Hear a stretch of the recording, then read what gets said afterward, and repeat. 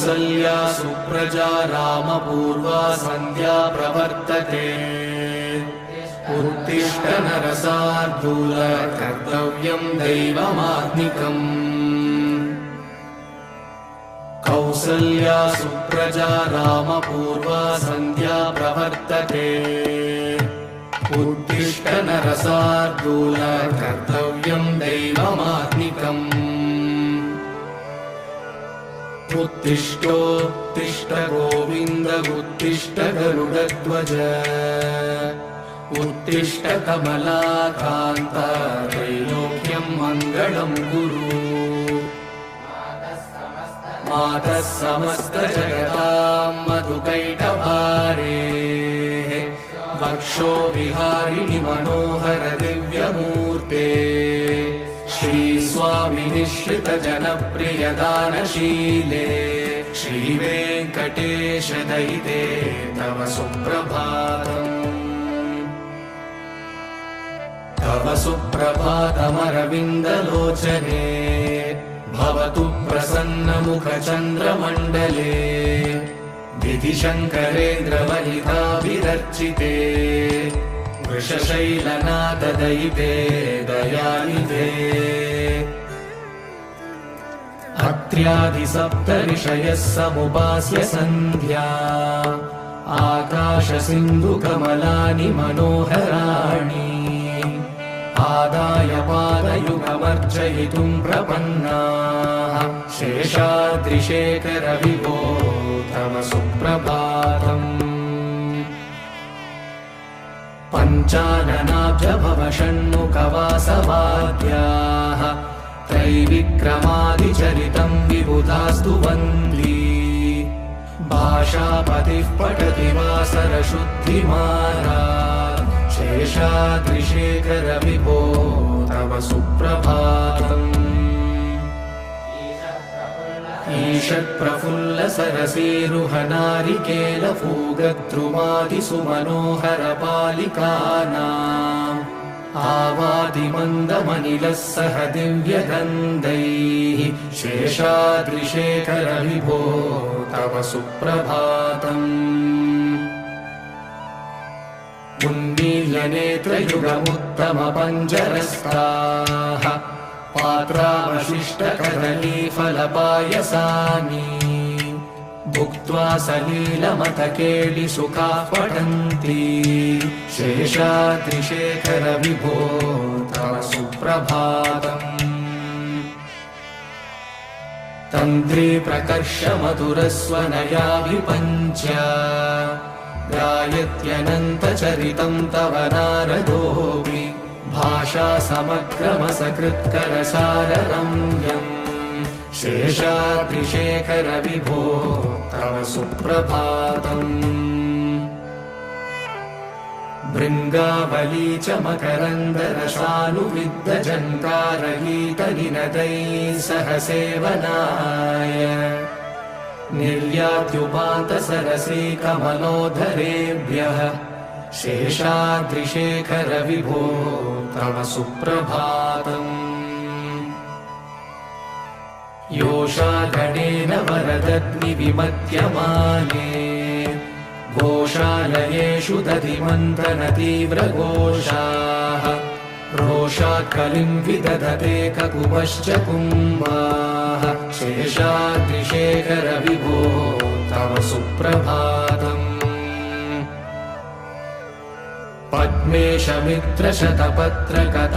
पद्मेशमित्रशतपत्रकतालिवर्गाः हर्तुं श्रियं कुवलयस्य निजाङ्गलक्ष्म्या घेरे निनादमिव बिभ्रति तीव्रनादम् शेषाद्रिशेखर विभो तव सुप्रभातम्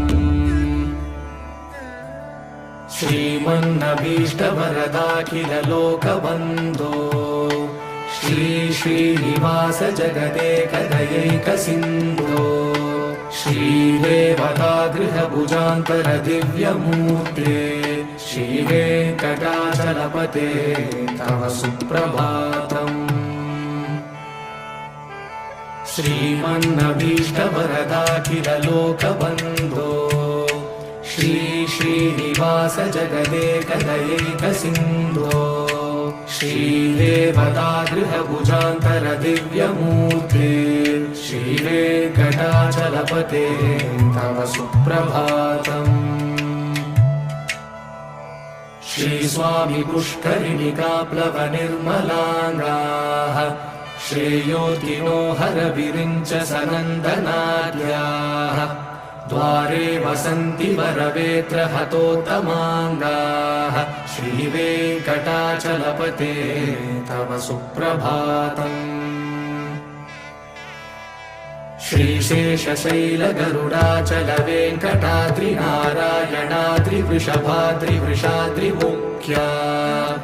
आख्यां त्वदीयवसतेरनिशं वदन्ति श्रीवेङ्कटाचलपते तव सुप्रभातम्। सेवापराशिवसुरेश कृशानुधर्मरक्षोऽम्बुनाथ पवमानधनादिनाथाः भद्राञ्जलिप्रविलसन्निजशीर्षदेशाः श्रीवेङ्कटाचलपते तव सुप्रभातम्। धाटेषु ते विहगराज मृगाधिराज नागाधिराज गजराज हयाधिराजाः स्वस्वाधिकारमहिमाधिकमर्दयन्ते श्रीवेङ्कटाचलपते तव सुप्रभातम्।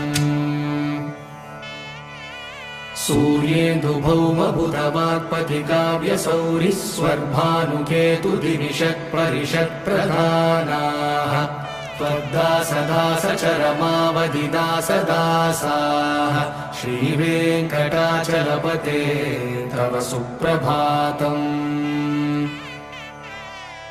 त्वत्पादधूलिभरितस्फुरितोत्तमाङ्गाः स्वर्गापवर्गनिरपेक्षनिजान्तरङ्गाः कल्पागमाकलनयाकुलतां लभन्ते श्रीवेङ्कटाचलपते तव सुप्रभातम्। त्वद्गोपुराग्रशिखराणि निरीक्षमाणाः स्वर्गापवर्गपदवीं परमाश्रयन्तः मर्त्यामनुष्यभुवने मतिमाश्रयन्ते श्रीवेङ्कटाचलपते तव सुप्रभातम्। श्रीभूमिनायकदयादिगुणामृताब्धे देवादिदेव जगदेकशरण्यमूर्ते श्रीमन्ननन्तगरुडादिभिरर्चिताङ्घ्रे श्रीवेङ्कटाचलपते तव सुप्रभातम्। श्रीपद्मनाभपुरुषोत्तमवासुदेव वैकुण्ठमाधव जनार्दन चक्रपाणे श्रीवत्सचिह्न शरणागत पारिजात श्रीवेङ्कटाचलपते तव सुप्रभातम्। कन्दर्पदर्पहर सुन्दर दिव्यमूर्ते कान्ताकुचाम्बुरुह कुट्मललोलदृष्टे कल्याण निर्मल गुणाकर दिव्यकीर्ते श्रीवेङ्कटाचलपते तव सुप्रभातम्। नीलाकृते कमठकोल नृसिंहवर्णिन् स्वामिन् परश्वत तपोधन रामचन्द्र शेषांश रामय गुणन्दन कल्किरूप श्रीवेङ्कटाचलपते तव सुप्रभातम्। येलालवङ्गगणसारसुगन्धितीर्थम् दिव्यं वियत्सरिति हेमघटेषु पूर्णम् धृत्वा द्रवैदिकशिखामणयः प्रहृष्टाः तिष्ठन्ति वेङ्कटपते तव सुप्रभातम्। भास्वानुदेति विकचानि सरोरुहाणि सम्पूरयन्ति निनदैः ककुभो विहङ्गाः श्रीवैष्णवा सततमर्थितमङ्गलास्ते नामाश्रयन्ति तव वेङ्कटसुप्रभातम् ब्रह्मादयः सुरवरासमहर्षयस्ते सन्तः सनन्दनमुखास्तव योगिवर्याः दामान्तिके तव हि मङ्गलवस्तुहस्ताः श्रीवेङ्कटाचलपते तव सुप्रभातम् लक्ष्मीनिवास निरवध्य गुणैकसिन्धो संसारसागर समुत्तरणैकसेतो वेदान्तवेद्य निज वैभव भक्तभोग्य श्रीवेङ्कटाचलपते तव सुप्रभातम् लक्ष्मीनिवास निरवध्य गुणैकसिन्धो संसारसागर समुत्तरणैकसेतो वेदान्तवेद्य निज वैभव भक्तभोग्य श्रीवेङ्कटाचलपते तव सुप्रभातम् इत्थं वृषाचलपतेरिह सुप्रभातम् ये मानवाः प्रतिदिनं पठितुं प्रवृत्ताः तेषां प्रभातसमये स्मृतिरङ्गभाजाम् प्रज्ञां परार्थसुलभां परमां प्रसूते इत्थं वृषाचलपतेरिह सुप्रभातम् ये मानवाः प्रतिदिनं पठितुं प्रवृत्ताः तेषां प्रभातसमये स्मृतिरङ्गभाजाम् प्रज्ञां परार्थसुलभां परमां प्रसूते कमलाकुचूषुककुङ्कुमतो नियतारुणितातुलनीलतनो कमलायतलोचनलोकपते विजयी भव वेङ्कटशैलपते कमलाकुचूषुककुङ्कुमतो नियतारुणितातुलनीलतनो कमलायतलोचनलोकपते विजयी भव वेङ्कटशैलपते स चतुर्मुख षण्मुख पञ्चमुख प्रमुखाखिल दैवतमौलिमणे शरणागत वत्सल सारनिधे परिपालय मां वृषशैलपते अतिवेलदया तव दुर्विषहैरनुवेलकृतैरपराधशतैः भरितं त्वरितं वृषशैलपते परया कृपया परिपाहि हरे अधिवेङ्कटशैलमुदारमते जनताभिमतादिगदागरतात् परदेव दयागतिदानिरमै कमलादयिदानवरं कलये कलवेणुरवावशको भवतु शतकोटिहृदा स्मरकोटिसमात् प्रतिवल्लभिकाभिमतासु तदा वसुदेवसुतानवरं कलये अभिरामगुणाकरदाशरथे जगदेकधनुर्धर धीरमते रघुनायक राम रमेश विभो वरदो भवदेव दया जलधे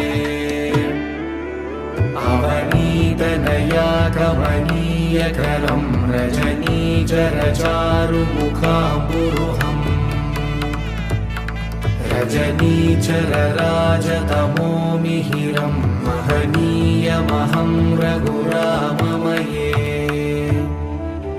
सुमुखं सुहृदं सुलभं सुकरं स्वनुजं च सुखाय ममोघशरम्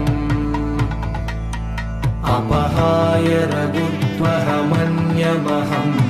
चञ्चन कञ्चन जातु भजे विना वेङ्कटेशं ननाथो ननाथः सदा वेङ्कटेशं स्मरामि स्मरामि हरे वेङ्कटेश प्रसीद प्रसीद प्रियं वेङ्कटेश प्रयश्च प्रयश्च विना वेङ्कटेशं ननाथो ननाथः सदा वेङ्कटेशं स्मरामि स्मरामि हरे वेङ्कटेश प्रसीद प्रसीद प्रियं वेङ्कटेश प्रयश्च प्रयश्च अहं दूरदृष्टे पदाम्बोजयुग्मा प्रणामे च यागत्य सेवां करोमि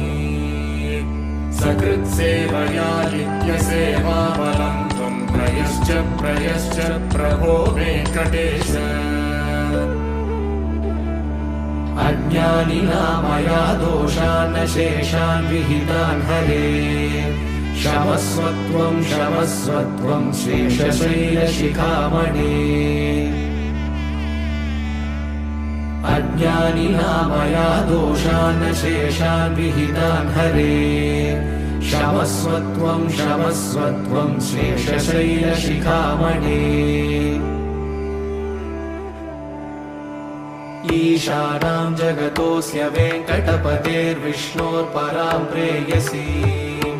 तत्वक्षस्थलनित्यवासरसिकां तक्षान्तिसंवर्धिनी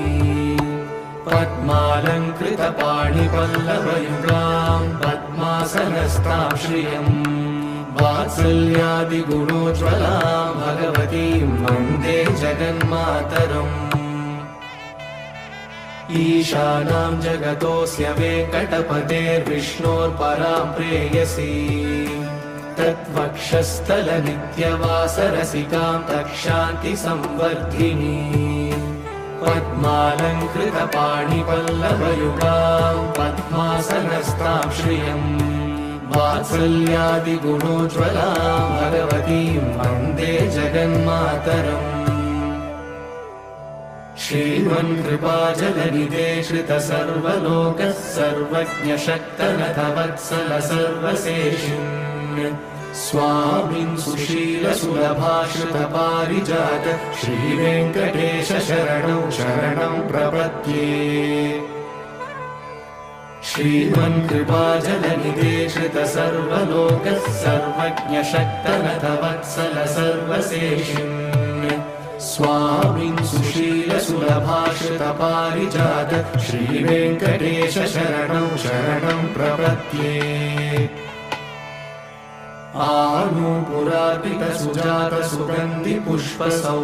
आनूपुरार्पितसुजातसुगन्धिपुष्पसौरभ्यसौरभकरौ समसन्निवेशौ सौम्यौ सदानुभवनेऽपि नवानुभाव्यौ श्रीवेङ्कटेश शरणं शरणं प्रपद्ये सद्यो विकासि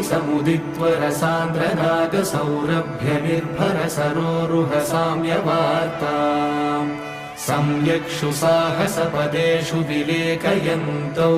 श्रीवेङ्कटेश शरणं शरणं प्रपद्ये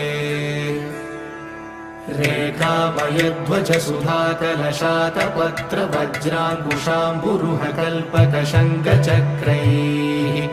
भव्यैरलङ्कृतकलौ परतत्त्वचिह्नैः श्रीवेङ्कटेश शरणं शरणं प्रपद्ये ताम्रोदराद्युतिपराजितपद्मरागौ बाह्ये महोभिरविभूतमहेन्द्रनीलौ उद्यन्यकांशुभिरुदस्तशशाङ्कभासौ श्रीवेङ्कटेश शरणं शरणं प्रपद्ये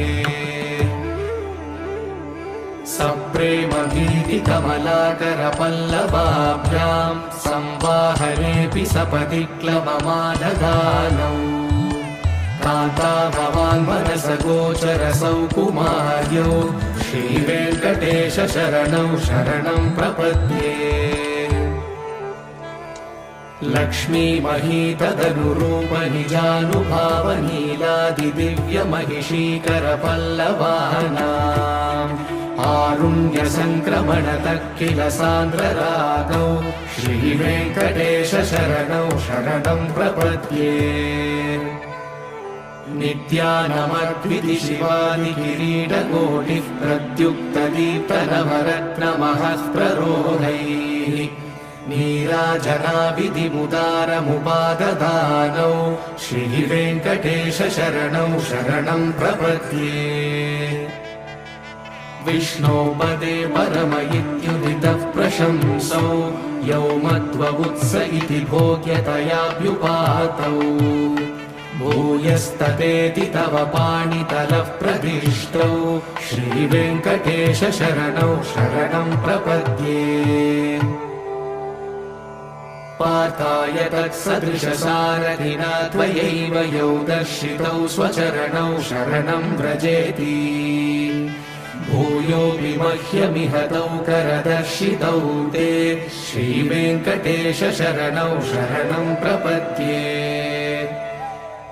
मन्मूर्तिकालियफणे विकटाटवेषु श्रीवेङ्कटाद्रिशिखरे शिरसिश्रुतीनाम् चित्तेऽप्यनन्यमनसां सममाहितौ ते श्रीवेङ्कटेश शरणौ शरणं प्रपद्ये अम्लानहृष्यतवनीतरकीर्णपुष्पौ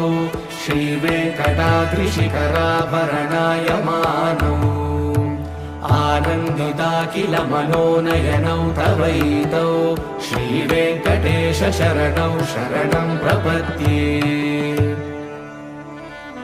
प्रायः प्रपन्नजनता प्रथमावगाह्यौ मातुस्तनाभिव शिशोरमृतायमानौ प्राप्तौ परस्परतुलामतुलान्तरौ ते श्रीवेङ्कटेश शरणौ शरणं प्रपद्ये सत्त्वोत्तरैः सततसेव्यपदाम्बुजेन संसारतारकदयाद्रगृगञ्जलेन सौम्योपयन्तृमुनिनामवदर्शितौ ते श्रीवेङ्कटेश शरणौ शरणं प्रपद्ये सत्त्वोत्तरैः सततसेव्यपदाम्बुजेन संसारतारकदयाद्रगृगञ्जलेन सौम्योपयन्तृमुनिनामवदर्शितौ ते श्रीवेङ्कटेश शरणौ शरणं प्रपद्ये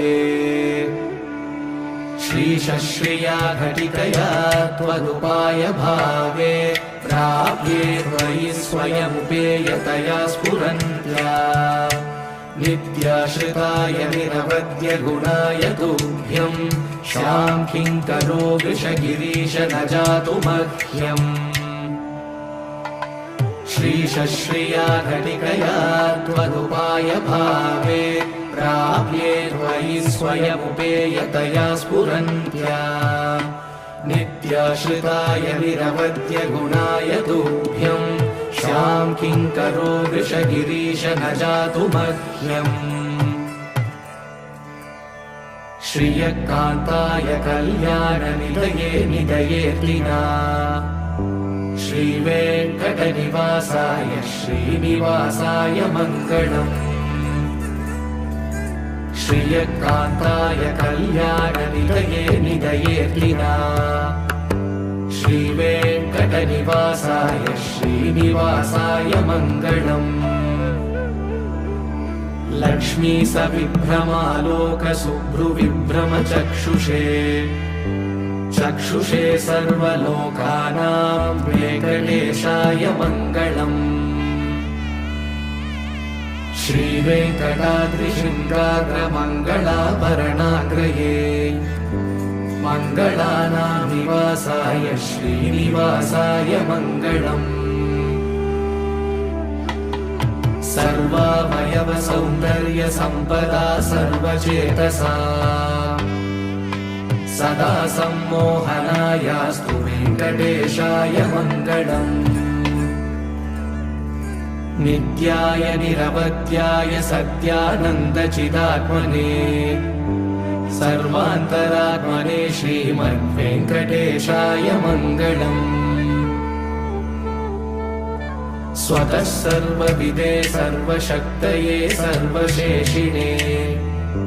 सुलभाय सुशीलाय वेङ्कटेशाय मङ्गलम् परस्मै ब्रह्मणे पूर्णकामाय परमात्मने प्रयुञ्जे परतत्त्वाय वेङ्कटेशाय मङ्गलम् आकालतत्त्वमश्रान्तमात्मनामनुपश्यता अतृप्यमृतरूपाय वेङ्कटेशाय मङ्गलम् प्रायस्वशरणौ पुंसां शरण्यत्वेन पाणिना कृपया दिशते श्रीमद्वेङ्कटेशाय मङ्गलम् दयामृततरङ्गिण्यास्तरङ्गैरिव शीतलैः अपाङ्गैः सिञ्चते विश्वं वेङ्कटेशाय मङ्गलम् सद्भूषाम्बरहेतीनां सुषमावहमूर्तये सर्वार्तिशमनायास्तु वेङ्कटेशाय मङ्गलम्